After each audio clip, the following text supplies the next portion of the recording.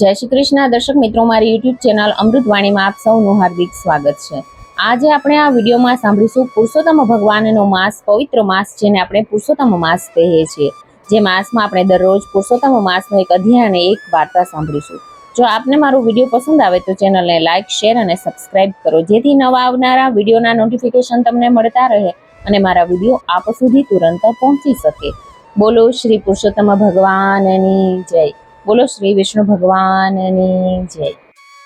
આતા શ્રી પુરુષોત્તમ માસ મહાત્મય કથા અધ્યાય 28મો, કદ્રીનું ગૌલોકમાં જવું। આગળના અધ્યાયમાં આપણે સાંભળી કદ્રી બ્રાહ્મણની કથા।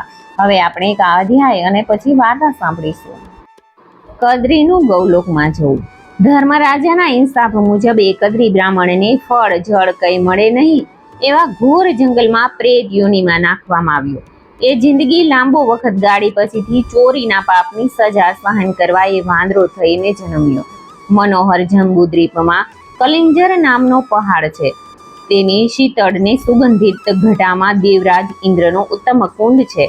પૂર્વ તે જગ્યાએ દૈત્યના ભયથી દેવો મૃગ બની એમાં સ્નાન કરતા હતા, તેથી તેનું નામ મૃગ તીર્થ પડેલું છે। એ ઠેકાણે કદ્રી બ્રાહ્મણ વાનર યોનિમાં જન્મ્યો। નારદ પૂછે છે કે હે નારાયણ, એ પાપી વાનર પવિત્ર મૃગ તીર્થમાં કેમ જન્મ્યો? નારાયણ કહે છે કે હે નારદ, ચિત્રકુંડ નામે એક વૈશ્ય હતો। તેની પતિવ્રતા સ્ત્રીનું નામ તારકા હતું। એ પતિ પત્નીએ પુરુષોત્તમ માસનું વ્રત કરી તેની પૂર્ણાહુતિની ઉજવણીને દિવસે વિદ્વાન અને ગુણવાન બ્રાહ્મણોને દાન લેવા બોલાવ્યા। એમાં ધનલોભી કદ્રી બ્રાહ્મણ પણ આવી ચડ્યો। અન્ય બ્રાહ્મણો દાન દક્ષિણા ઘેર લઈ ગયા। વગર આમંત્રણે ત્યાં આવેલો કદ્રી રડતો રડતો ચિત્રકુંડ પાસે ગયો અને તેના તથા તેની પત્નીના પુષ્કળ વખાણ કરી પોતાને પણ ધન આપવા વિનંતી કરી। ચિત્રકુંડે તેને ખૂબ ધન આપીને રાજી કર્યો અને તેને લઈ જઈ તે લોભીએ જમીનમાં દાટી દીધું। કદ્રી બ્રાહ્મણને ધન લેવાની દાનતથી ત્યાં આવીને તે દિવસે પુરુષોત્તમ માસની સ્તુતિ કરી। એના ફળથી તેને મૃગ તીર્થમાં વાનરનો જન્મ મળ્યો। આમ પુરુષોત્તમ ભગવાનનું દર્શન તથા સ્તવન ધનનો લોભ કરવા છતાં પણ તેને તીર્થ સેવાનું ફળ મળ્યું। તો પછી શ્રદ્ધાથી ભગવાનનું વ્રત પૂજન કરનારને શું ન મળે? જે વખતે અયોધ્યાપતિ રાજા દશરથના પુત્રે શ્રી રામચંદ્રજીએ સાગર ઉપર પુલ બાંધી લંકાપતિ રાવણને માર્યો અને પતિવ્રતા પત્ની સીતાજીની અગ્નિ પરીક્ષા લીધા પછી સ્વીકાર કીધો। એ વેળા બ્રહ્મા, શિવ, ઇન્દ્ર આદિ દેવોએ રાવણના વધથી ખુશી થઈ શ્રી રામને વરદાન માંગવા કહ્યું। ત્યારે રામચંદ્રજી બોલ્યા કે હે દેવતાઓ, મારા પક્ષના જેટલા વીર વાનરો આ યુદ્ધમાં રાક્ષસોને હાથે અણાયા છે તે તમામને અમૃત છાંટીને સજીવન કરો। દેવતાઓએ શ્રી રામચંદ્રજીની ઈચ્છાને માન આપીને તેમ કર્યું। એ બધા સજીવન થઈ શ્રી રામચંદ્રજીના પગે પડ્યા। ત્યારે સીતાપતિ બોલ્યા કે હે વાનરો, હવે તમે સૌ તમારા સ્થાને જાઓ। હું તમને આશીષ આપું છું। તમે જે વનમાં જઈને વસશો તે વન સદા ફળ, ફૂલ તથા પાંદડાઓથી ભરચક રહેશે। નદી તથા સરોવરો સુંદર સ્વચ્છ પાણીવાળા રહેશે। શ્રી ભગવાનના એવા વરદાનના પ્રભાવથી જ્યાં જ્યાં એ વાનર જાતિ રહે છે ત્યાં વનમાં સર્વત્ર પ્રફુલ્લતા રહે છે અને એટલા માટે જ મૃગ તીર્થમાં પણ કાદરીમાંથી તે વાનર થયો। એને સર્વત્ર લીલા લહેરના દર્શન થયા। છતાં કરેલા કર્મ તો પ્રત્યેકને ભોગવવા જ પડે છે। કરેલા કર્મનો નાશ કદાપી થતો નથી એવું વેદ વાક્ય છે। એટલે એ વાનર એ વનમાં બીજાની માફક વધવા અને ભૂખ તરસથી વિહવળ થઈને આમ તેમ ફરવા લાગ્યો। આમ થવાનું કારણ જન્મથી જ તેના મોઢામાં પિત્તની પીડા થઈ હતી, જેથી તેના મોઢામાંથી રાત દિવસ લોહી પર ઉઝરતું હતું। એને લઈને કંઈ પણ ખાઈ શકતો નહીં, વળી દુઃખને લીધે એક જગ્યાએ બેસી શકતો પણ નહીં। એક ઝાડ પરથી બીજા ઝાડ પર કૂદકા મારતા તે એક દિવસ જમીન ઉપર પટકાયો। તેના હાડકાં ભાંગી ગયા। ભૂખ તરસથી તે તરફડવા લાગ્યો। આમ નિરાધાર રહી દિવસ કાઢતા પુરુષોત્તમ માસ આવ્યો। એ મહિનામાં કૃષ્ણ પક્ષમાં એક દિવસ પુષ્કળ તરસ લાગવાથી મૃગ તીર્થ કુંડ પાસે ગયો, પણ તેનું અમૃત સરખું પાણી તે પી શક્યો નહીં। છતાં વાનર હઠના જાતિના સ્વભાવને લીધે તે ઊંચા ઝાડ ઉપર ચડ્યો અને બીજા વૃક્ષ ઉપર કૂદકો મારવા જતા ઓચિંતા એક કુંડમાં પડી ગયો। ધીમે ધીમે કુંડમાંથી બહાર આવી બેશુદ્ધ થઈ કિનારે પડ્યો। 4 દિવસ ત્યાં એમને એમ પડી રહ્યો। 5મે દિવસે તેણે તીર્થ કિનારે પ્રાણ છોડ્યા। પવિત્ર કુંડમાં અનાયાસે પણ સ્નાન કરવાથી એના પાપ ધોવાઈ ગયા। એને દિવ્ય શરીર પ્રાપ્ત થયું. વળી એને આખું પુરુષોત્તમ માસ અન્ન પાણી લીધા વિના ગાળ્યો હતો. એટલે શ્રી વિષ્ણુ ભગવાનના દૂતો વિમાનમાં લઈ એને વૈકુંઠમાં લઈ ગયા. ઇતિ શ્રી બૃહન્નારદીય પુરાણેના પુરુષોત્તમ મહાત્મયનો કાદરીનું ગૌલોકમાં જવું નામનો 28મો અધ્યાય સંપૂર્ણ. જય શ્રી કૃષ્ણ, જય શ્રી વિષ્ણુ ભગવાન. હવે આગળ આપણે આ માસમાં સાંભળવામાં આવતી વાર્તા સાંભળીશું. દોકડાની વાર્તા. નવાનગર નામનું એક ગામમાં એક વિધવા બ્રાહ્મણી રહે. એને એક દીકરો. દીકરો ઘણા ભાવિક, જે મળે એ સંતોષથી ખાય. દીકરો ગામમાં લોટ માગવા જાય. વારે તહેવારે સીધું મળે, પૈસો દક્ષિણા મળે અને દીકરાનું ગાડું ગબડે. એમ કરતા પવિત્ર પુરુષોત્તમ માસ આવ્યો. બ્રાહ્મણીએ વ્રતનો સંકલ્પ કર્યો. રોજ નદીએ નાહવા જાય, વાર્તા સાંભળે અને એકટાણા કરે. બ્રાહ્મણીની ઈચ્છા એવી કે દીકરો પણ આ વ્રત કરે તો સારું, પણ દીકરો તો લોટ માગવામાંથી ઊંચો ન આવે. બ્રાહ્મણીએ બહુ સમજાવ્યો. ત્યારે દીકરો નદીએ નાહવા જવા માટે તૈયાર થયો. મહિનાના છેલ્લા 5 દિવસ બાકી હતા. માનું મન રાખવા દીકરો બ્રહ્મ મુહૂર્તમાં ઉઠીને પહોંચી ગયો નદીએ. ડૂબકી ખાઈને નીકળ્યો બહાર.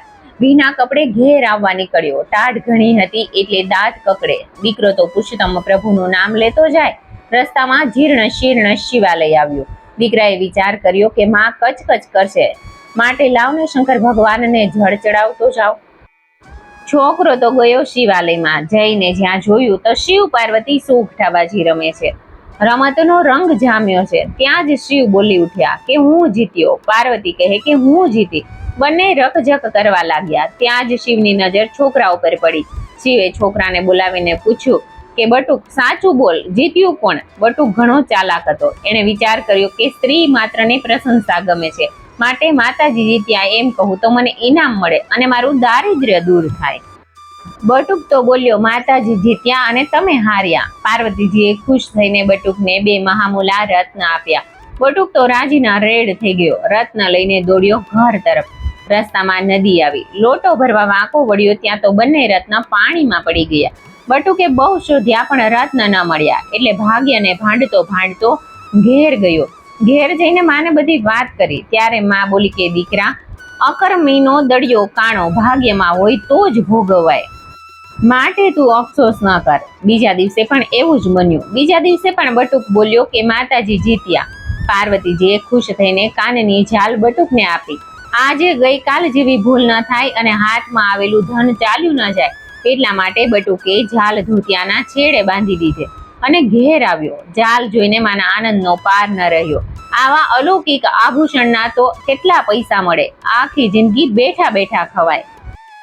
ઝાલ ગોખલામાં મૂકીને માં તો ગઈ ચૂલેથી શાક ઉતારવા. પાછળથી પડોશણ દેતવા લેવા આવી. કિંમતી ઝાલ જોઈને એની દાઢ ડળકી. આગળ જોયું ન, પાછળ ન જોયું અને ઝાલ લઈને ચાલતી થઈ. માં શાક ઉતારીને આવી. જોયું તો ઝાલ ન મળે.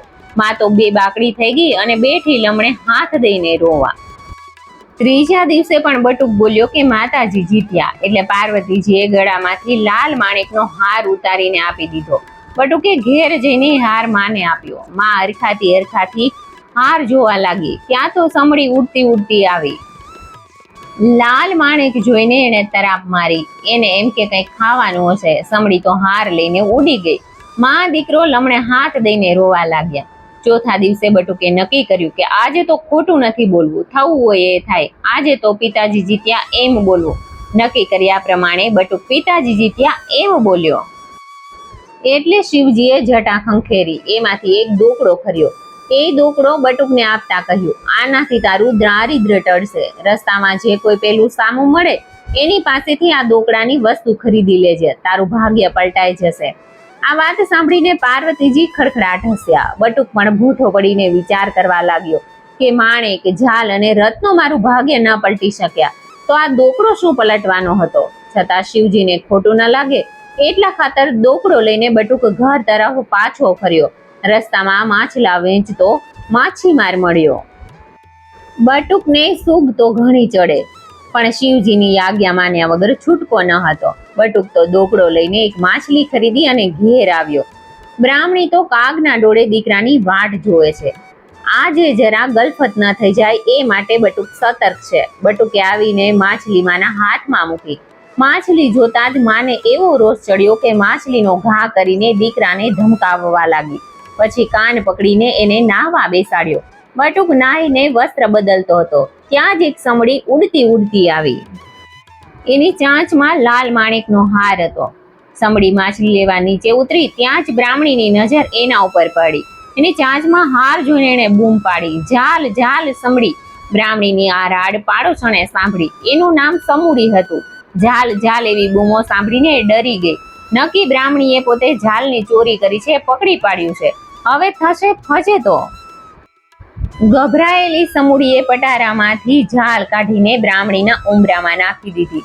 આ બાજુ મા દીકરો સમડી પાછળ દોડ્યા. સમડી હાર નાખીને માછલીને ચાંચમાં લઈને ઉડી ગઈ. પણ જ્યાં ચાંચ મારેલી હતી ત્યાં 2 રત્નો પડ્યા હતા. એ રત્ન પાર્વતીએ બટુકને આપેલા હતા. એ જ હતા. પાણીમાં પડતા જ માછલી એ ગળી ગઈ હતી. મા દીકરો તો પુરુષોત્તમ પ્રભુની અપરંપાર લીલા જોઈને ગડગડા થઈ ગયા. હાર મળ્યો, રત્ન મળ્યા, ઉંમરે પડેલી ઝાલ મળી. પડવારમાં ભાગ્ય આડેથી પાંદડું ખસી ગયું. બ્રાહ્મણીએ ધામધૂમથી વ્રત ઉજવ્યું અને મળેલું ધન સદકાર્યમાં વાપરીને જીવનના અંતે વૈકુંઠ પામી. પ્રભુ કૃપાથી પડવારમાં પલટાઈ વિધિના લેખ. રત્ન માણેક હાર પડી રહ્યા, દોકડાએ મારી મેઘ. હે પુરુષોત્તમ પ્રભુ, તમે જેવા બ્રાહ્મણી બટુકને ફળ્યા એવા સર્વને ફળજો. કથા વાંચનાર અને સાંભળનારને પણ ફળજો. જય શ્રી વિષ્ણુ ભગવાન, જય શ્રી પુરુષોત્તમ ભગવાન. જો આપને મારો વિડીયો પસંદ આવ્યો હોય તો ફ્રેન્ડ્સ અને ફેમિલીમાં જરૂરથી શેર કરજો. જો આપ આ ચેનલમાં પહેલી વાર આવ્યા હોય તો ચેનલને સબસ્ક્રાઇબ કરી દેજો. હવે આગળના વિડીયોમાં આપણે એક અધ્યાય અને એક વાર્તા સાંભળીશું. મને સાંભળવા માટે ધન્યવાદ.